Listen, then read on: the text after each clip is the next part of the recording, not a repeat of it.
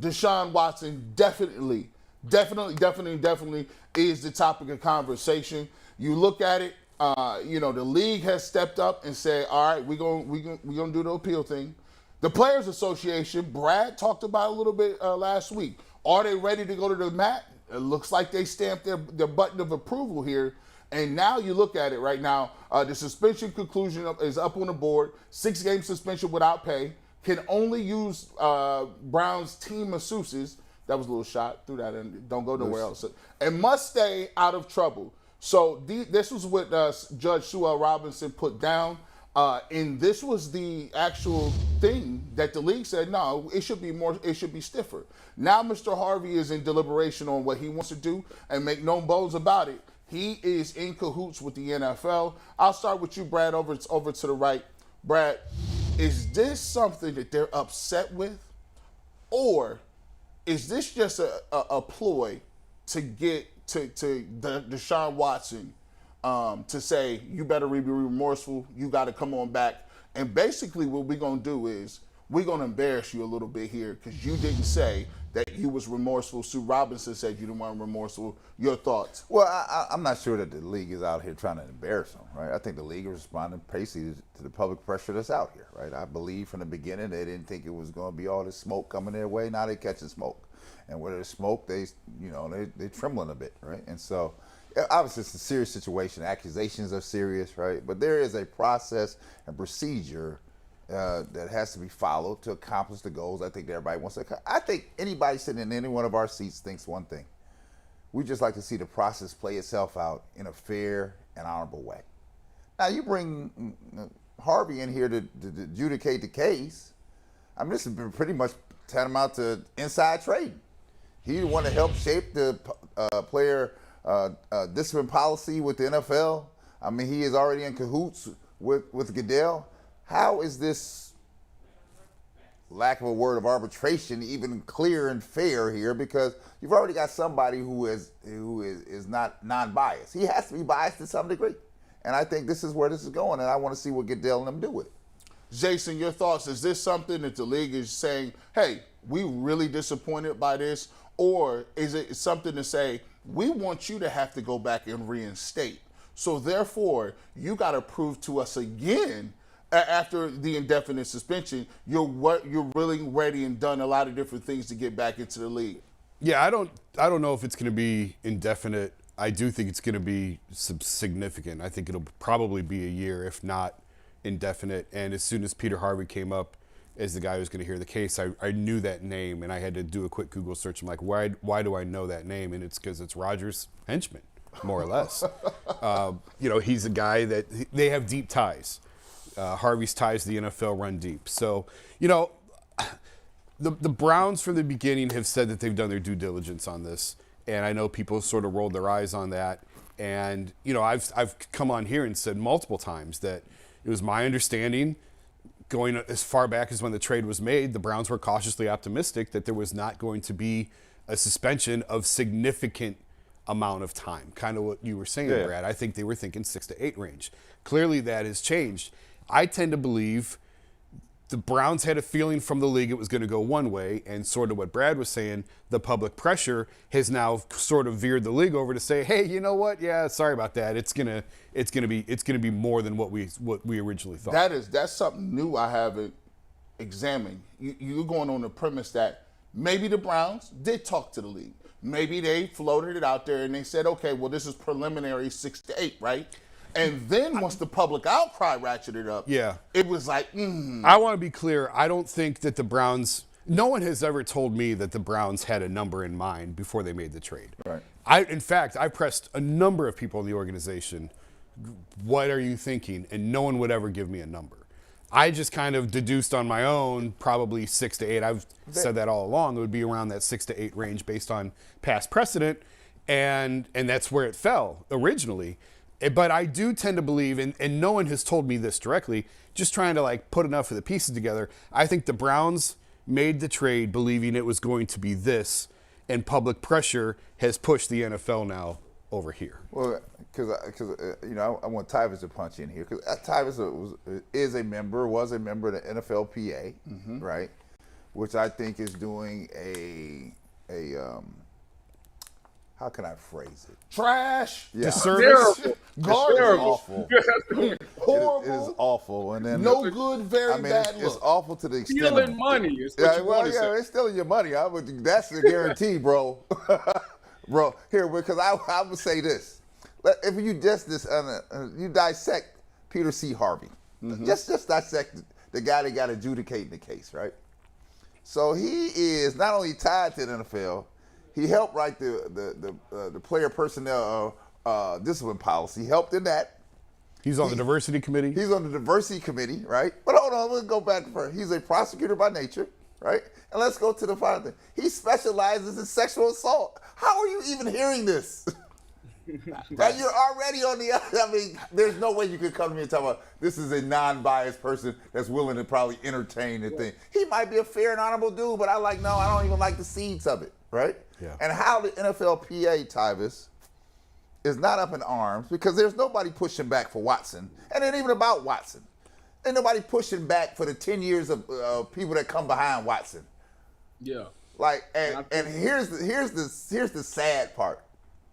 The head of the NFLPA is making double what the Major League Baseball head of the union is making well more than the NBA head of the union is making, and they're killing the NFL and in their performance. So something is wrong here. Tyvis, in this case, you were part of the union. Are you kind of surprised that, to Brad's point, you have not seen Demore Smith or any representation fighting back on at least the narrative of Deshaun Watson? It's very alarming, G. Like, for them to get paid the money that they are getting paid, and for us to trust in them and believe in them, that because they say that we are your legal team. We're going to make sure that the NFL doesn't get over on you. And right now, it seems like they're not holding up their end of the deal. What is the point of us paying all this money if you out here letting the NFL just completely dominate you in this? And y'all have already made rookie mistakes by putting out statements before decisions was even made. And now that decision has been made, and now you see that the NFL is appealing it, you haven't issued a statement or anything. I think the NFL has to find a way, players involved, players included, have to find out a way to get together on this and say, forget Deshaun Watson. It's not about Deshaun Watson anymore. We got to find out a way to overcome this CBA deal that we've already agreed to, because it's terrible. We can't get to where we want to go, and it's not fair for us in any part of it. If this does happen again in the future, the same thing is going to happen to whoever it is. So we need to find out a way to make this thing fair so we all have a chance. Because that's all we care about. It's not whether or not Deshaun Watson should be punished. It's about, can we get a fair process? And that right there is what everybody is overlooking. And I give Tyvis a lot of credit because Tyvis is about one of the most fairest guys I know. Well, Tyvis from Warrensville, so we'll leave that alone. We'll leave that alone, right? So, I don't claim the Bedford thing. How you doing that? He from Warrensville. Hey, I went to both. I started in Warrensville and ended in Bedford. All right, well, I'm gonna tell you this. He's fair, right? Let's just talk about it. Because this is, I'm clear about it, right? I said, let it go where it goes. If Watson did something, he's gonna answer the bell for it. He's gonna pay for the price. I said, but the process, Jason, is not fair here. They have taken Sue L. Robinson's decision, and now it's de facto the gospel. She took the evidence that she was given, and she came up with her professional opinion. She said, "A presumption of the evidence I have, I feel like he did this, right?" Which is fine. You also have 2 grand juries in Texas that I think is at least of a higher standard, right? Criminal. And they came up with a different conclusion, right? Not that they said he didn't do it, but we didn't have enough evidence to say that he did do it, right? So now how can you have one pit against the other, but when you hear the narrative on the street, it's only Sue L. Robinson's narrative, right? And somebody has to be there to at least keep the levels level and fair, right?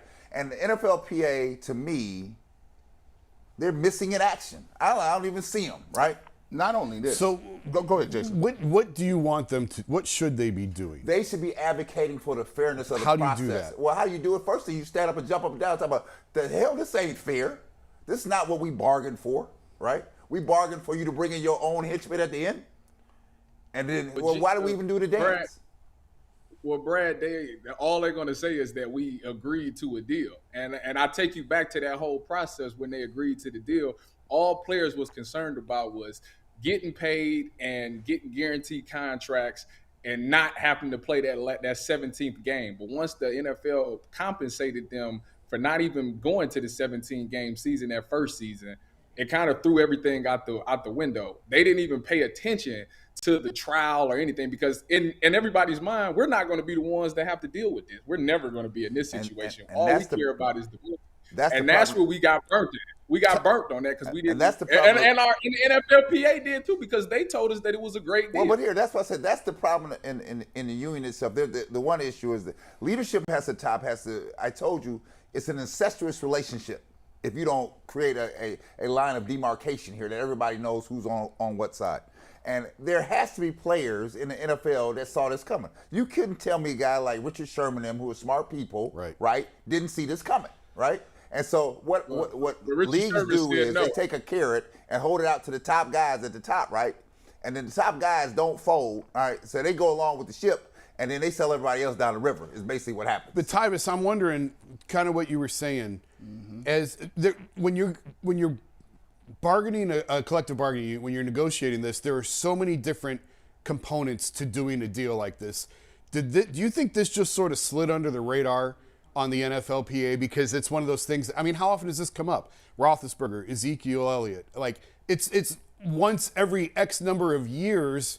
And to your point, guys are like, well, this ain't going to be me. I don't have to worry about it. Do you think that this part of it, just because it was at the time maybe not as important as the money and some of the other stuff, that this part of the deal just sort of slid under the radar? I definitely 100% agree that that's what happened. I mean, like I say, nobody was worried about no legal things. Everybody was worried about the 17th game and the money. You know, everybody wanted to get these guaranteed contracts, and that was the number one thing that was on anybody's mind. Now, where I'm mad is that the NFLPA should be the ones reading everything, and they shouldn't let anything go through. If we paying you all this money, because everybody's seen my check, I'll send it to you, Jason, on the side so you can see how much they make. But if we paying you all this money, you're supposed to hold our best interest. And if that means that you want to fight for something like this, and you should not come out publicly and say that this is a great deal and I encourage everybody to sign it. If you know that that's in there and your job is to read the whole CBA and understand that it's fair for us as well because we're the ones paying you, then no, you should have never came out and they slid this one under. Tyvis, let me tell you this, because I appreciate you sharing that information because I went back and extrapolated the math on here. The math is ridiculous. I see how much they're making. I'm like, first thing I'm asking, where the hell is the money going? Who getting the money? And then the second thing I said, I want you just to hear, without you knowing the gory details, the head of the Major League Baseball Players Union, which is probably the best union in all the sports, right? Absolutely. Followed by the NBA, right? Yeah. The head of the union is making $1.5 million. They was paying Smith $5 million in the NFL. Wow. Now let me go to the NBA. Okay. It wasn't 5. It was 4.9, whatever it was. It was ridiculous. Right. The NBA's head of the union, she makes $2 million. So you tell me, first of all, you're going to pay him $5 million. How much are they extracting from the players for the union, right? And then there's no way you're getting the representation that you deserve, because I will tell you, Tyvis just asked the question. You know whose job it was to make sure that the devil in the details were done, right? Because the players aren't concerned about the money. Somebody's got to be looking long term. It's the head of the union. It's the guy making $5 million. While y'all was talking, I was over here. I was getting my stats together. I wasn't just chilling. Now, not only is it the players, you got to look at the arbitration overall with the coaches. Now, so these are direct quotes. When we talk about it, you know, arbitration looks like where the NFL puts cases to go to die. And you look at it, so the NFL is not only forcing Flores to go to arbitration, they're trying to force John Gruden to submit his lawsuit against the league and Commissioner Rodger Goodell into arbitration. The league, based on publicly available court filings, is trying to claim Gruden's situation falls under the NFL Constitution and bylaws. in those NFL constitutions and bylaws, they are also forcing Brian Flores, who's already suing the NFL for discrimination, racial discrimination, as well. He's suing for the exact same thing Gruden is. They said that the NFL arbitration hearing is a place that the NFL puts over there, and they basically send the case to arbitration, and then they're the final judge in arbitration. Both of those individuals are fighting that in court today. So it looks like it's not about just the players.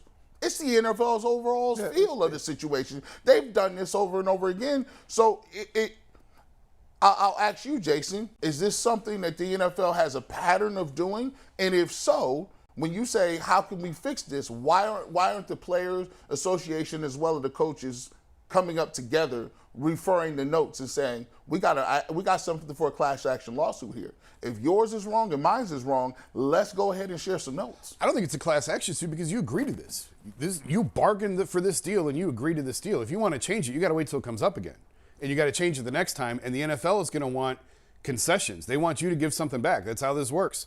And if Rodger's not going to be the end-all, be-all, final say on these hearings, and Tyvis, you would know better than I what the league would be after that they want the players to give up. Oh, You get to give something up.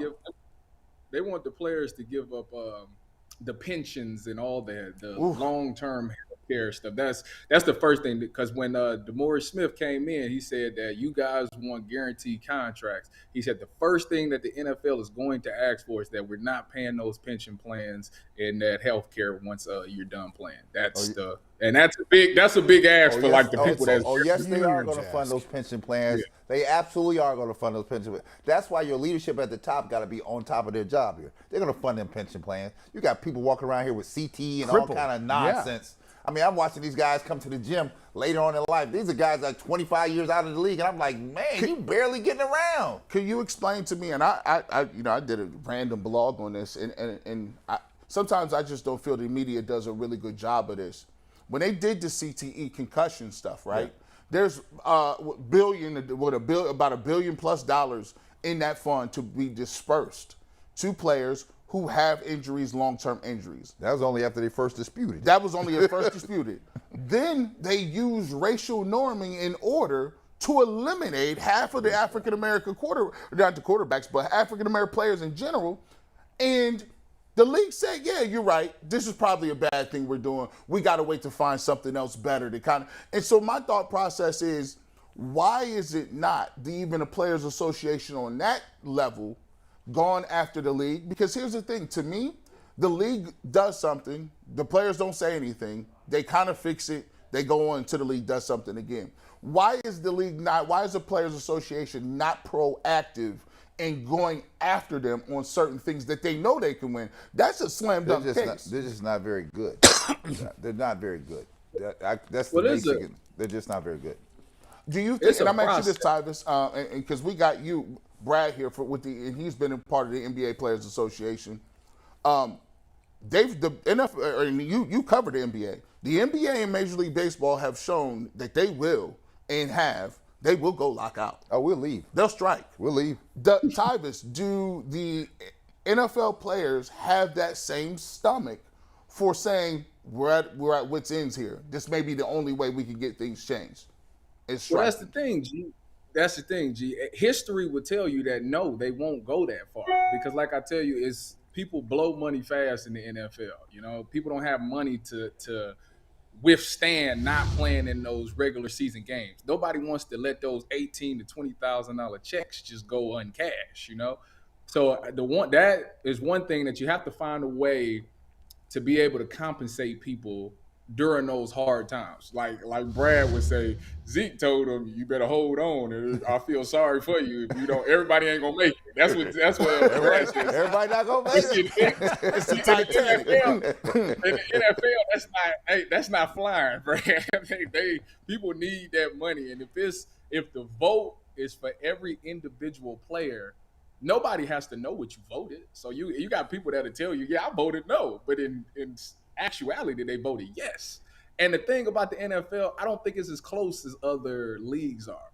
Like, I don't think people are willing to, like the Deshaun Watson. You go ask somebody in, I don't know, Pittsburgh about Deshaun Watson, you know what they're gonna say? It has nothing to do with us. So why would I do something for that? My checks is gonna clash. I'm gonna get paid this season. It's too much selfishness, I think, right now for people to realize the bigger picture. So that's why you won't have people come together and walk out of practices and stuff like that.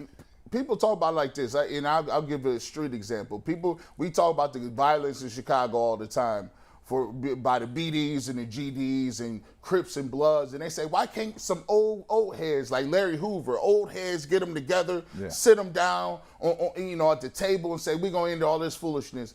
And they basically ask the guys, the kids that's in the street, and they say, man, we ain't trying to hear none of that. Right. Trying from these old heads.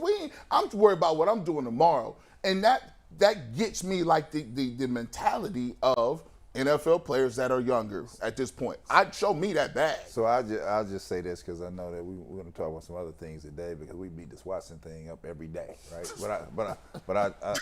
I'll say this: the NFLPA has a job to do, and it is to advocate for the entire body, and it's just not Deshaun Watson, right? And you can advocate for the body without advocating for Watson at the same time. Yes, you can. Now Watson on the other side, he got a criminal defense attorney, Rusty Hardin, who did his job in Texas, right? He's in need of because he needs some PR people. Wait, he don't travel? Rusty Hardin ain't did nothing in Ohio. He needs a team that pushes back for this during the process, just so that you can get to a place where you can have a legitimate and fair hearing. That's all I'm saying, right? Jason, I'll give you the last word on it. Thought processes on with Deshaun Watson. Is there any way that he can get in there, get with Goodell and say, hey, I know she said 6. I know 12 was a number before that you guys said. Is that a possibility?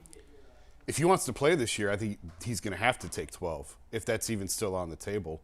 I don't think it looks good for the Browns. Like I said, as soon as I saw Peter Harvey's name, I thought, man, this is not going to go. I think he's out for the year at this point. I've thought 6 to 8 all along. No one's told me that. That's just me putting my finger in the wind and trying to figure out where this is headed. I think it's likely going to be a year. I said on Friday, they should be lining up to be in Delaware because this is where this is headed, right? There's a suit coming here, right? And it should be filed immediately. But it's a race, right? It's a race against the clock. It's a race against the clock. Because they want to go to the Southern District of New York, right. And as soon as they hit go on that, it's whoever gets to file the case first. Right. And guess what? That's even a little bit rigged because I'm pretty sure somebody going to tip the NFL office off first. Right. So here's the story. So the story is that there's more games to play because to Jason's point, I think the NFL's coming for the whole kit and caboodle. Like no games now. I came to you for 12, an $8 million fine. You walked away from. Now I'm gonna teach you about this. Well, there is one teaching moment. Kareem Hunt